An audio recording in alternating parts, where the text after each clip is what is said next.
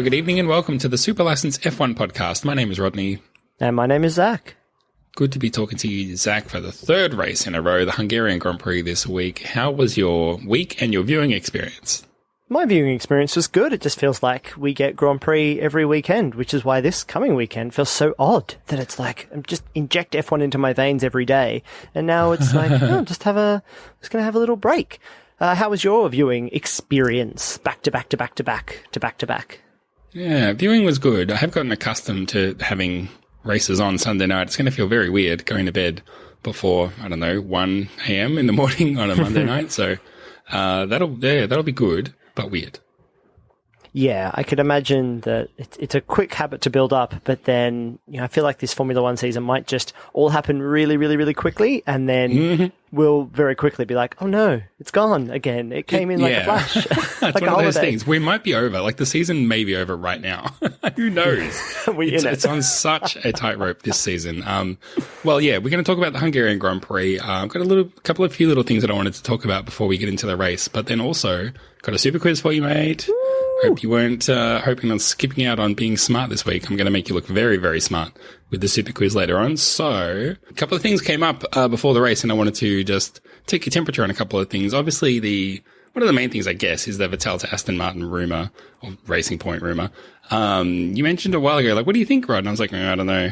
Don't think I would do that. And now the rumors are just getting so strong, and it just persists. And just reading Perez's body language, I feel like this move is on. What do you think?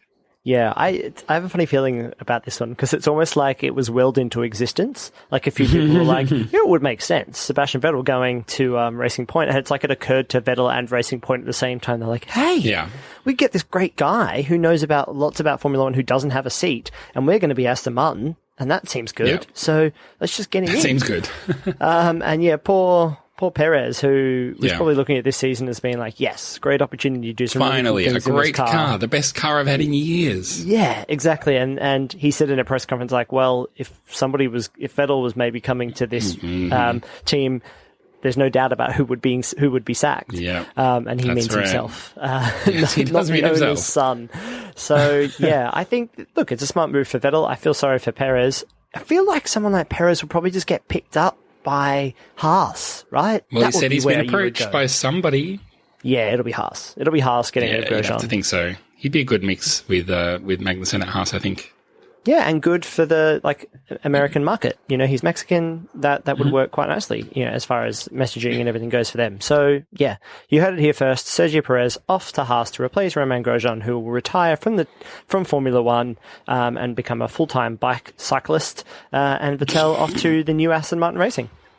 Also inventing words here on the Super License podcast, bike cyclist. The other announcement was from the FIA, who it turns out now they're doing, every 7 days they will announce how many tests they have done and how many positive tests they have found. Unfortunately, they have done 5,000 tests and found only 2 that are positive. Good that there's only 2. Bad that there is 2, Zach. I said that there would probably be an outbreak. There has been, not an outbreak, but some positive tests, and it's all just about what are they going to do? It turns out the 2 people were not part of teams and they weren't at the tracks, so they're away from the racing, but it's still a threat. Yeah, definitely.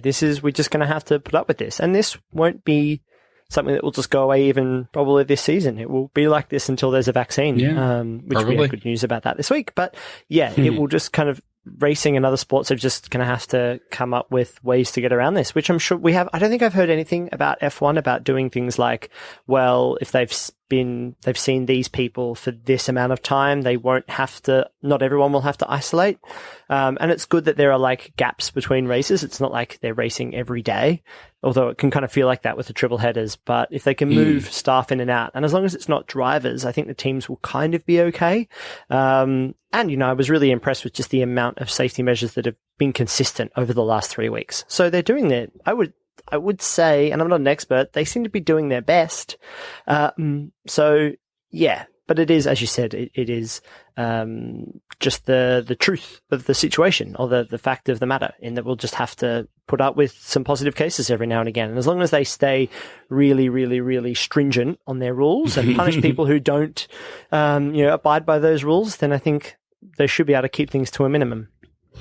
Yeah, we're all in this together. And by us, I mean F1, and by together, I mean somewhere in a foreign land far, far away from me. So that's fine.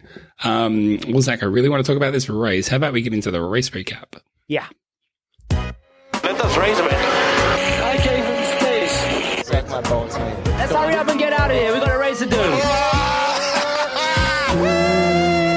Going to have to take out that Perez clip from that very soon, I think.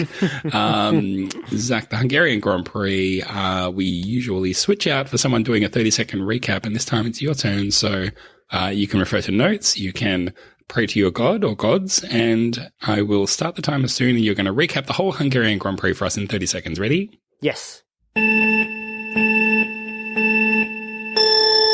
The sad thing about this race was that seemingly all the action happened before the race. Max Verstappen spun on the, not even the, it was just getting to the grid, which meant that he broke his suspension, he needed new wheels and tyres and a front nose, so his whole team took care of that on the grid before the race even started. And then Bottas jumped the start, but no, don't worry, no problems with jumping the start. You can move in the box and then just go later. And then basically Hamilton just kind of led from the front the whole time. We had a nice comeback from Albon from further back in the field, further up, but no, nothing really else to report. That's the race, Rod. That's all of it. It was 25 seconds where you summed up the formation lap. You summed up what happened before the lights went out. Yeah. Well, interesting. That's an interesting approach from you, I would say. I think there's a lot of penalty talk to go over. I think there's a lot of, how the hell did you do that to go over?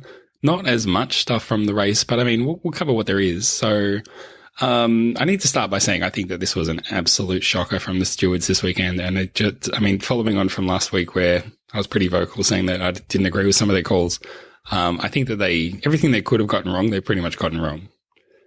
Yeah, felt like there was a lot of technicality issues this week. You know, if you were maybe new to Formula One, you'd be like, how can they fix that guy's car before the start and everything's kind of okay? And then that guy moved, but that's fine as well. There were a few things that just kind of were a little odd. How would you feel about starting with Valtteri Bottas and his bump start, his little Sure. He said that he saw a light on his dash that made him go, and then he knew that wasn't it, so he stopped. Car went into anti-stall, and he was incredibly slow getting off the line. But how did you read that? Do you think he should be penalised for that moving beforehand? I can understand people saying we don't want penalties for ultra technical Tiggy Touchwood Mickey Mouse stuff. We don't want penalties for that. I can totally understand that. But he jumped the start. I understand that you can move and then stop. And as long as you're stopped when the red lights are going, that's fine. And as long as you don't leave your box, apparently that's fine. The problem is he didn't really stop. And if you watch the replay, you can see even just with your naked eye, he never actually completely comes to a full and utter stop. It just that would be a failure on your driving test if you came up to a stop sign. If you just 100%. come to a rolling and then keep going, that's an instant fail. Yeah. Instant fail. So that's number one problem. Number two, the explanation was, well, it's within our tolerances for what it means to be stopped. So he stopped to a significant enough degree that they were satisfied that he was stopped, even though he wasn't. So utterly ridiculous. And I just think if the penalties are going to be ridiculous, they need to be ridiculous in the other way than this way, because this is like clear cut. He should have been given the penalty and he just wasn't. So I just don't understand. The only thing I can think is that they were like, yeah, right. Look, we have these tolerances and these tests and these sensors and all this stuff. We can only go by that. But beyond that, the other thing that we can go off is what happened. And what happened was he had a shocking start, got overtaken by like 6 cars. He's paid the price. What good is another penalty going to do to him? But I just wish we were consistent in these things. And it infuriates me that we're not. Yeah, maybe Formula One was concerned that that this would just get challenged, and they were like, well, by the rules, we didn't do anything wrong, so maybe it's those technicalities within technicalities. It is. I don't think there's any advantage to be gained for him there, and he didn't have a good start, but that's so often the case with Formula One. It's like it's the outcome that defines whether the thing should be punished or not, which is the wrong way to do it. It should be like, well, this bad thing happened, and that driver should be punished. It often happens when it's like, well, they hit each other, but nothing bad happened, so racing incident. Whereas it's like he hit him and he went off the track and, into the wall and his race was over. Well, that's a 5-second penalty. It's like, but it was exactly the same action. It's just that the negative outcome was worse. So what are you punishing here? The behavior or the outcome? And it was an accident from Valtteri Bottas, but accidents in Formula One usually count for a lot. Like, they should have a pretty negative impact on your race. So, give him a 5-second penalty. Why not? I mean, it wouldn't have, in this circumstance, over the course of this race, Bottas finished like 48 seconds in front of Lance Stroll in fourth. So it wouldn't have really made any difference at all. However, it at least would have set the standard and been like, no, you can't muck around on the start. Like, wait until all those lights are out and then you can go. Yeah, it's pretty simple. Yeah, it's pretty simple, right? Do it right and you won't have to pay a price. It's very, very simple. And the simpler we keep it, the better everyone will be off, for fans and drivers. The simpler it is to understand, the easier it'll be to obey. The other two that I think they got wrong, and we can cover them quickly because I don't want this to turn into I don't know, complaint hour or something. Being mean to the stewards hour. Yes. Haas going around on the formation lap, the team saying, first of all, they were trying to do something different, Haas. They were on full wets when everyone else was on intermediates because they were like, today's the day where anything could happen and we are going to do whatever everyone else is doing, we're going to do the opposite. So everyone else went out on intermediates. They went out on full wets and then they realized, this is a big mistake. Let's go the other way. Instead of going on intermediates, let's go on slicks. So they decided that on the formation lap. The drivers come in, put on slicks. It's a master stroke. Everyone comes in for a change of tyres shortly after. They're already on slicks and they shoot right up into the top 5 or so. But the problem is the stewards looked at that and said, no, you are aiding the driver while on the formation lap. That's against the rules and they got penalties. And it's like, they're not, this infuriates me about this interpretation of aiding the driver. It's like if I said to you, go and juggle 6 balls in at once. And you were like, well, how do I do that? And I was like, well, I'll aid you. Just throw them all up in the air and then catch them and then keep throwing them up. As you catch one, then throw it back up in the air. Just keep doing that. I've aided you, but that makes it no fucking easier for you to juggle 6 balls at once. Yeah, it just draw doesn't. The rest of the owl. Like, it's just, there's no. Plus, there's no surely what tyre you're on is a strategy call and not helping you drive the car. They've actually done nothing to help them drive that car. All they've done is help them make a choice about the tyre they're going to change once the race starts. So, and this was a classic intent thing again, because the rules say that it's like, see, if you just said to the driver beforehand, hey, if it's like this when you get out there, once you're on the formation lap, you can decide, and we suggest you decide that if it's pretty dry, you should come in and say, I'm going to box and pit and put me on the dry tires. You're allowed to do all of that. So the outcome would be literally exactly the same. Yeah, but the way you go about it would be slightly different. So all the difference was that they had a conversation about it, as opposed to just the drivers deciding with information, it, like deciding on a plan beforehand, as opposed to, but they probably did as well. I don't think teams intentionally fuck around with this kind of stuff. I think they know the rules pretty well, and obviously Haas's interpretation was, it's like, this isn't aiding the driver. Like, there's no way. It's not. To prove the point, they did drive the entire formation lap without changing anything on the car, without changing any settings. They didn't tell them to change any settings. They didn't actually help them drive the lap. So how can you give them a penalty for helping them drive the lap? It doesn't make any sense. We should move on to the Red Bull one, because I really want to get past this. Red Bull investigated for drying the track underneath Albon's car. Were they doing that? Well, I mean, you can't argue that they weren't. They left some blowers that were meant to cool the car, keep it cool while it's running and on the grid, left them on the ground underneath the car. And the accusation was, well, you're trying to dry the spot so that when he takes off, he's got a better chance of not slipping, right? Yeah. And the problem with this one is, they were doing it. And after the race, they were trying to set up some simulations. They were like, look, there's some wet asphalt over there. Let's put our blowers down and see what happens. And it's like, it doesn't matter, man. You're not comparing apples to apples anymore. From what I can understand, and I tried to look into this one a little bit deeper when they didn't get a penalty, because it looks pretty cut and dry to me. But apparently a few years ago, Charlie Whiting said to people, now no one is to try to dry the area under their cars. Do you understand? And they all went, yes, Charlie. And he went, not even with leaf blowers. And they went, okay, fine. That was particular for that race. So there was kind of, I think, a general understanding of hey, leaf blowers, that would dry the area underneath the car. Whether or not that's actually true doesn't really matter. They were told at that particular race a few years ago, don't use leaf blowers underneath the car. We are really cracking down on it. No one is to dry the area underneath their car. Yeah. So seeing a car with leaf blowers underneath it, immediately someone went to the stewards and went, hey, you better check that out. And I mean, it just seems like whether you were intending to dry the ground or not, it's a thing that you did. Whether it was accidental or not shouldn't matter. It's kind of the same as the Valtteri Bottas thing. You did the thing. Just take the penalty. I don't, it's just a thing that you can't do. It's just a thing that you cannot do. And if you do it, you have to pay a price. And I don't want to hear any more of this garbage about like, well, there's too many penalties. You're being too strict. If you do something wrong, you have to pay the price. This is fucking Formula One. Yeah. Yeah, it really is like that, right? That it's like, unfortunately, the sport is built on this idea of trying to get around regulations. It's built entirely on like, well, they didn't say exactly that. So yes, there might have been a strongly worded message from Charlie Whiting at some point in Formula One, but is that written down in the regulations that we cannot dry our pit box? You know, and things like that, you feel for Formula One because it's like the sport is so old now that like it is not won and lost on that, but that's where the fine margins are. Like teams making calls like that can often on a race weekend, like on a race day as well, that's kind of wet and dry, they can make massive differences. You know, if Albon had got a really good start and moved up the field, which he ended up doing, then that would have drastically changed his day. And in this shortened, weird season, that would have meant massive difference in points. You know, at this point, Red Bull, you know, could be second in the, you know, could be looking at a firm second in the manufacturer's championship. So, you know, they want every little advantage they can get.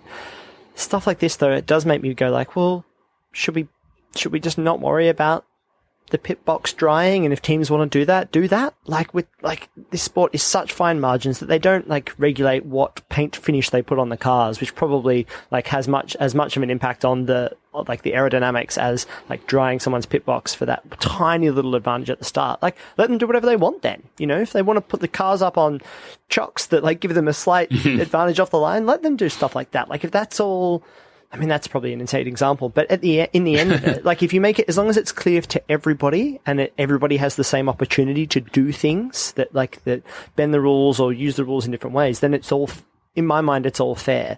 But don't pretend. Don't be like, Red Bull shouldn't be like, oh, well, we just put them down, those leaf blowers down there. Like we didn't mean for them to dry the track. Look, it's not that we all thought you were looking at Verstappen's car and that we thought we could maybe get away with something. It was just accidental. Like own it and be like, yeah. You said you never said we weren't allowed to do that, so we did it. Like, what's the problem?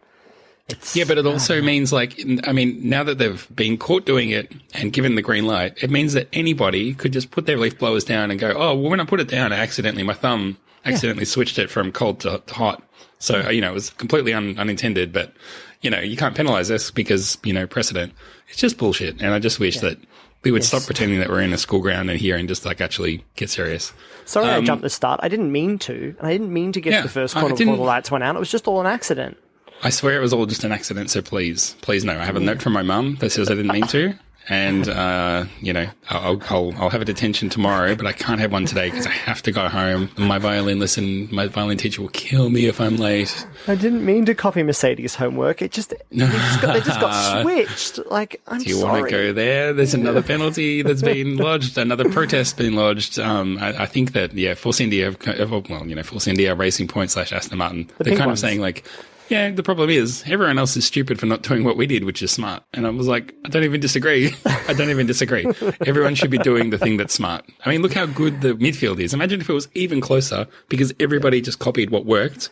I mean, I know you can't literally, you know, carbon copy clone it, but if it was just like, hey, the shape of that one is better than the shape of ours, let's make ours look like that. That should be 100% allowed. And you know, the sooner this is all sorted out, the better.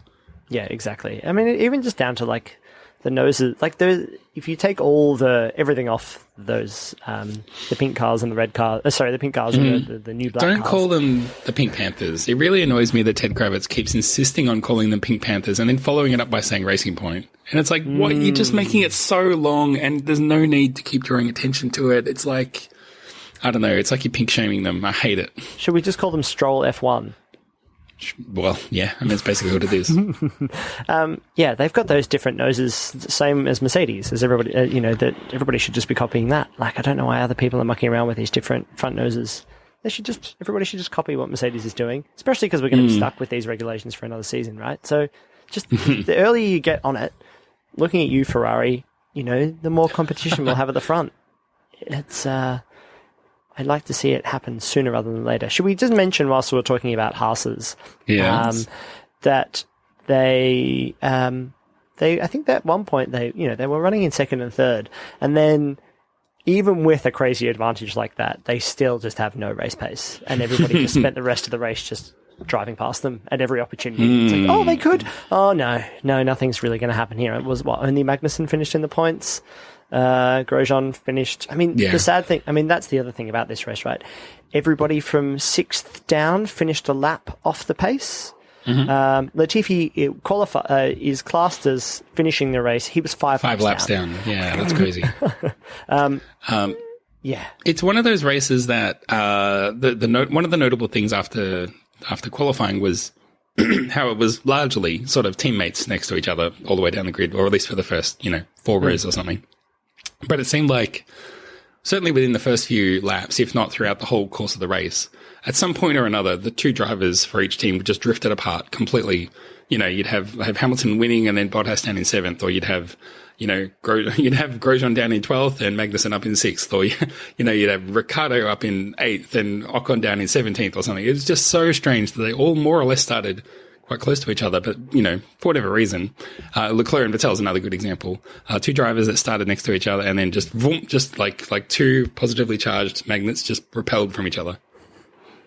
Yeah, it was a weird one. I mean, all of those examples, it came down to interesting little bits of traffic. Vettel had a horrible stop where, he didn't take the advantage to go. He did wait for one car. He definitely could have gone and exited his pit. It seemed spot. like it. Yeah. And then just that small hesitation from either him or his team. It does look like his team are willing to let him go, and he doesn't go immediately. Maybe he was distracted by a light on his dash.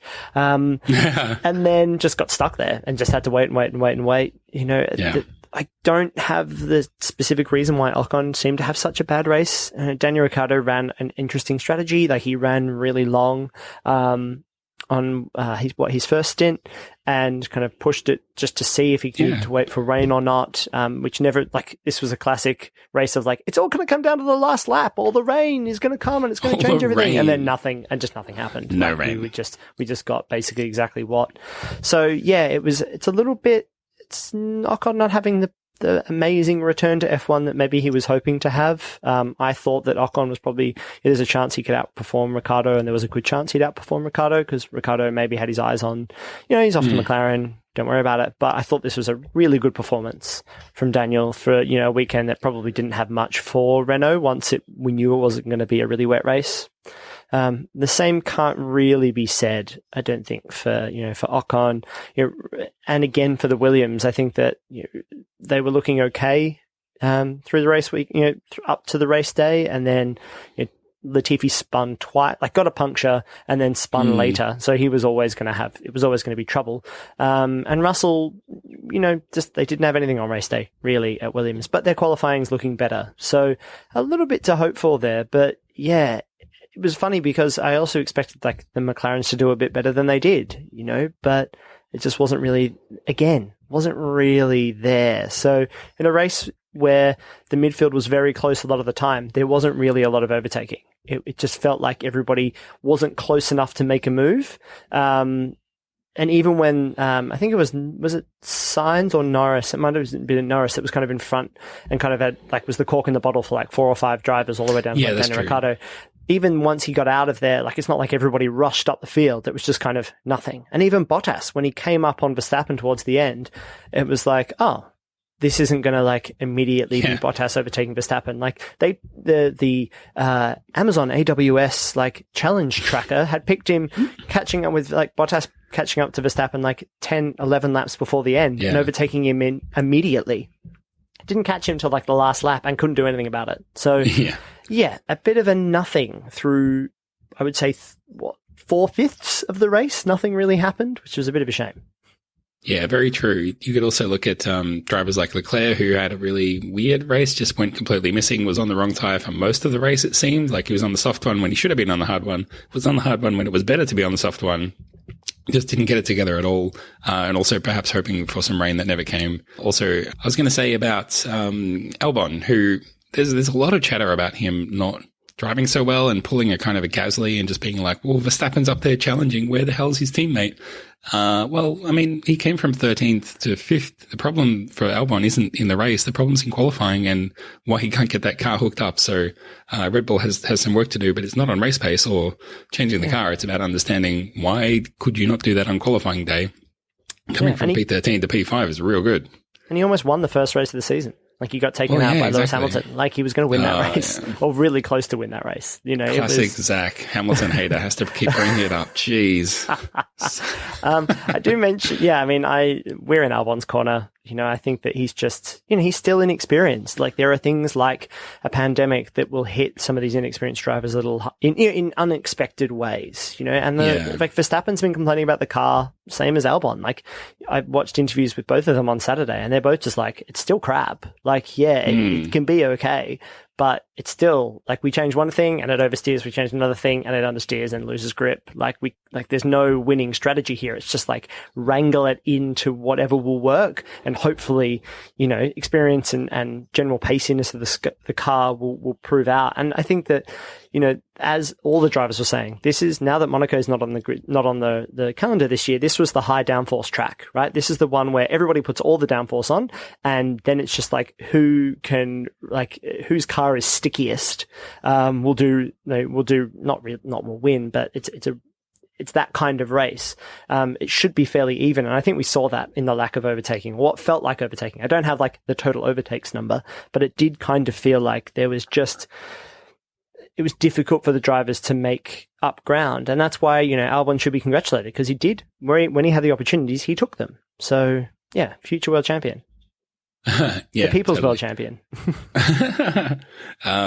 I was promised a 1.5 hour race, and I did not get that. It was quite late. It actually pushed towards the limits of 2 hours for some reason, and I went straight to bed. Well, I hear, rather than doing a dumb podium thing on weird blocks on the track, that they had more of a conventional podium. Was that right?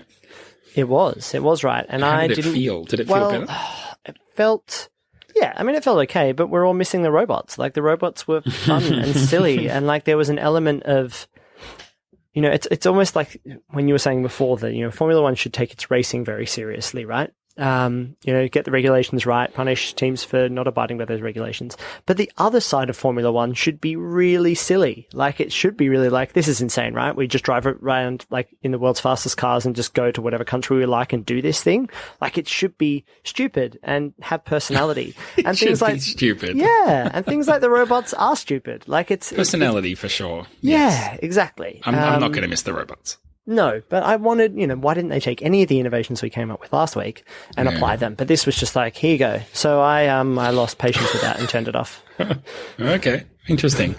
I just wondered whether the spectacle was getting a little bit better, because it did seem, after I saw photos and replays of there was a podium. Yeah. I was like, oh yeah, that's right. Why did we not have a podium this whole time? It seemed to make so much sense. We can't have a podium. I was like, yeah, of course. But then when you think about it, it's like, oh yeah, why? Why? It's just more rooms that you have to seal off and all that kind of thing. Yeah, like you don't have to worry about all the other junk. You can just have it all on the track, like lock the track off. The only difference between what we had already and what we got this week, it seems, is just, that sort of backing, that sort of board with all the sponsors on it. It's like, what's the difference? Yeah, put the podium down. Yeah, it's fine. Yeah, I'm with you. Just do that. Just do that. Any other changes you're noticing as we evolve? How we do this crazy thing that we call the F1? One thing that's really annoying me. Yeah. What? And this is probably only specific to the Sky Sports commentary feed. They have no baffling in whatever room they are recording their commentary in. That. So as soon as David Croft or Martin Brundle get anything above it up to excitement. Yeah, exactly. Yes, it just bounces off the walls and it sounds like they're in a caravan. Like, it just so crap. It's very valid. Not a professional outfit, it seems. Just, get some baffling in that room, guys. Not a professional outfit. Yeah, put up how long have I been saying that? That should have been my final thought. Don't waste gold like that here. don't waste gold like that here. Just save it until we get to the end, and then we go.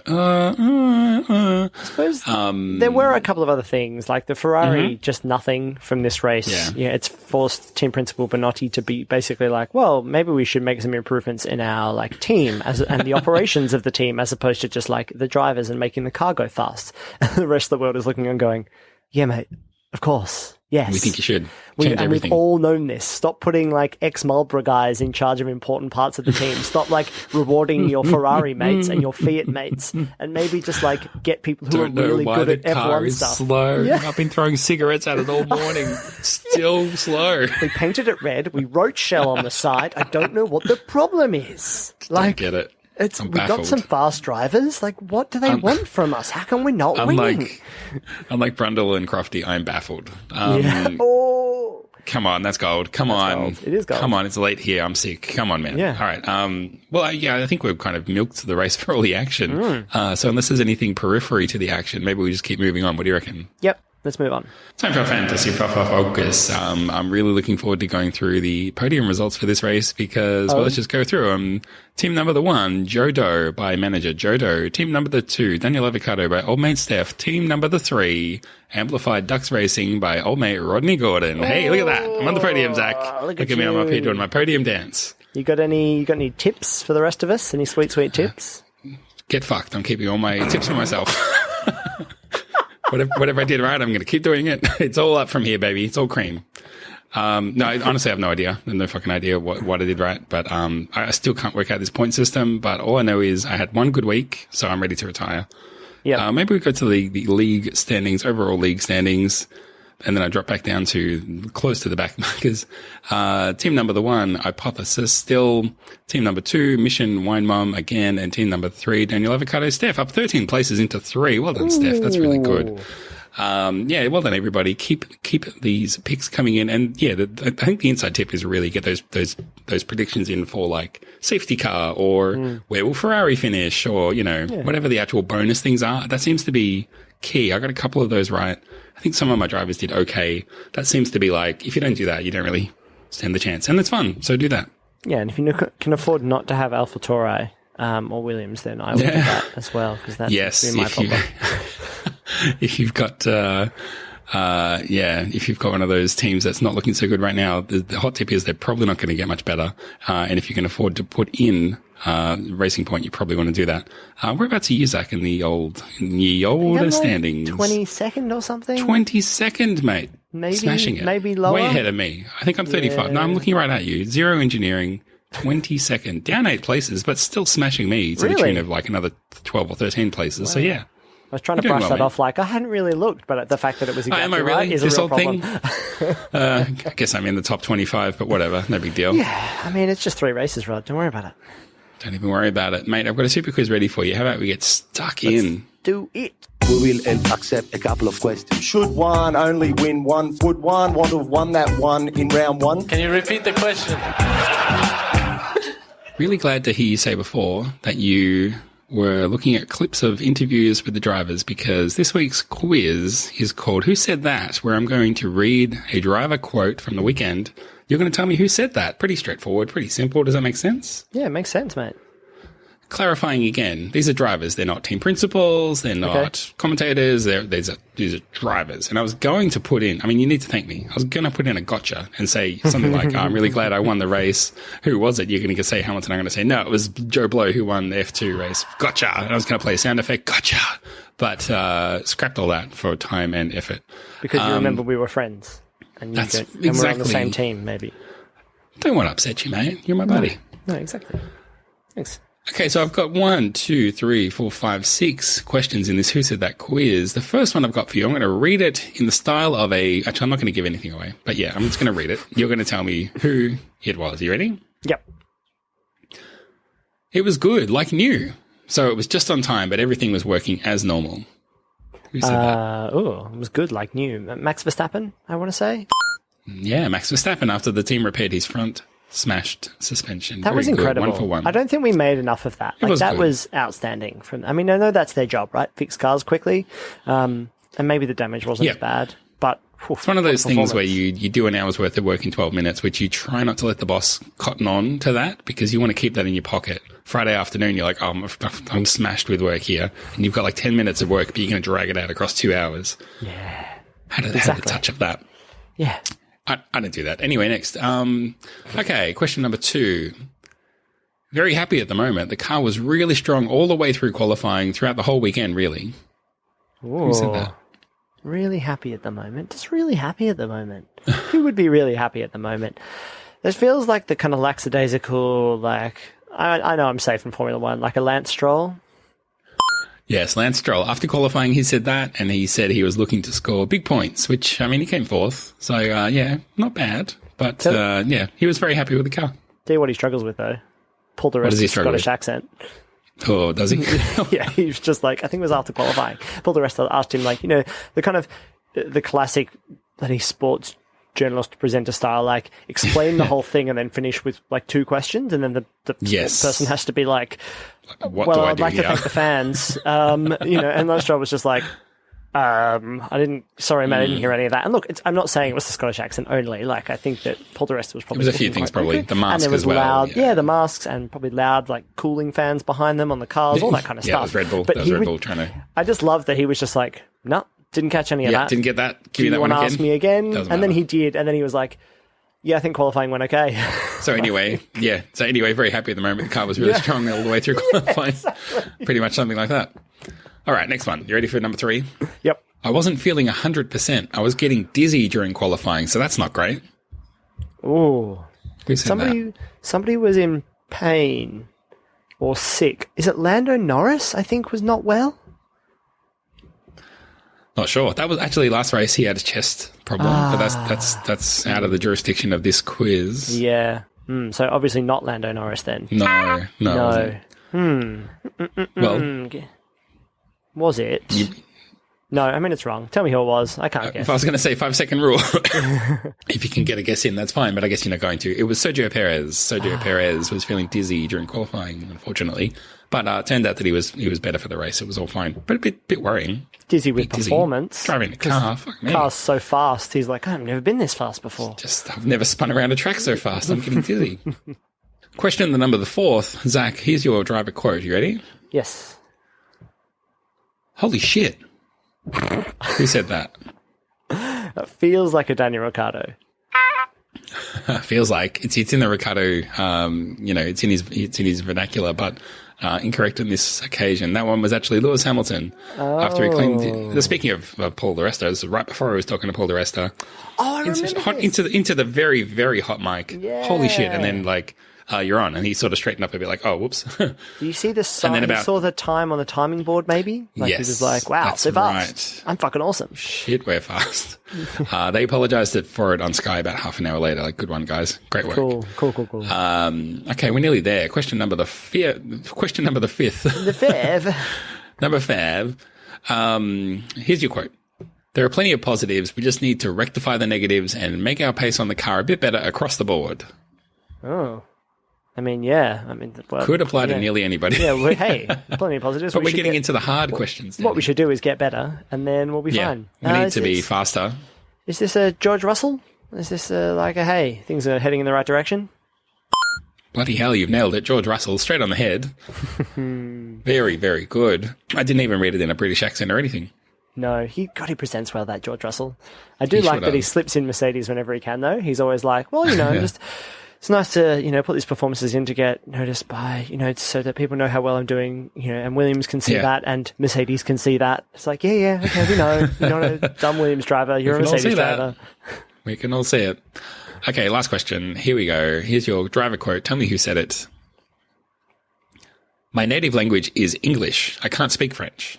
That's Nicholas Latifi, I think. Yes, Nicholas Latifi. What a good moment. Yeah.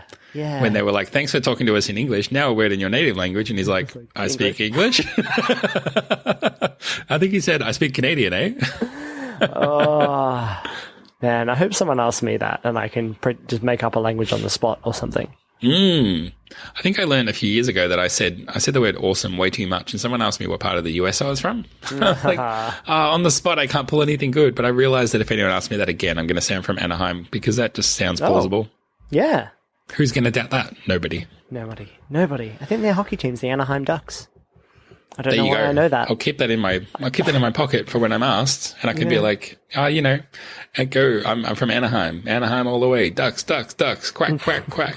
Yes. Or whatever. Well, by my reckoning, you got 1, 2, 3, 4, 5. You got 4 or 5-ish, right? So that's pretty good. I would say that's pretty good, you know, And it's been considering so I felt long like ago. I didn't watch a huge amount of the F1 this weekend. Well, I mean, you know, like the quiz should be, you know, it should be gettable, or if you don't get it, it should be so interesting that you don't even feel bad. Like, I'm impressed. Are you sending me coded messages about my quizzes being too hard? Is that the problem? No. Yes. It's always Nigel Mansell. It's always Nigel Mansell. If you don't know, it's probably Nigel Mansell because he's the only driver who I remember. Okay. Our quiz rules at work, when we don't know, the rule is if it's an author, it's Charles Dickens, or if it's an element, it's always Caravan, or if it's a painter, it's always Picasso. You just throw that one straight out there, Picasso. Yeah. I think these are good rules. Stands you well. Yeah, these are good rules. What's the super quiz done? We've done the race recap. Time for our final thought. Fuck me. Time for our final thoughts, Zach. Let's have a thought, and then let's make that the one, the final one, before we beat this baby home. I think maybe we should spare a thought for all of these Formula One team people, staff that are all working their butts off, especially Verstappen's ones who are having to seemingly do double the work. But they're finally getting a little break, a 12-second break by the time they actually get home, say hi to their families, and then you're like, all right, back to it. Off we go to Silverstone. But yeah, I think there was noticeably in the small amount of F1 that I watched, a few people mentioning that it was like, whew, we thought the single triple header, I think they only had one triple header last season, right? And then they were like, we'll never do that again. And now it's basically, that's the default standard now. So, it's going to be tough on these teams, and on the drivers as well. You know, there's a lot, they're going to have to do a lot of work and a lot of practice, a lot of qualifying, all that kind of stuff. So yeah, my final thought is to spare a thought, you know, and it would be interesting to see how that manifests if we see like pit stop, like more mistakes in the pit stops, those kinds of things. So yeah, we'll see. Obviously, the photo that's doing the rounds is of Lando Norris underneath his own car doing a strip down, trying to like help out, just another set of hands to do something. Which we sort of hear about, you know, used to hear in the old days about Sebastian Vettel helping the team to like carry bags or just carry equipment out or whatever, and just helping them pack up and just generally building a good team vibe around him. But I've never heard of anyone pulling out the spanners and actually dismantling their own car after the race, not for the last 4 decades or something. So well done to Lando Norris. I know everybody's giving you huge plaudits, probably even more than you deserve at the moment, but let us pile on that trend, because if anything, we follow trends. My final thought was going to be around the whole Black Lives Matter thing, which is still going on and is still really good. A few drivers still taking a knee. Obviously, Lewis Hamilton leading the charge.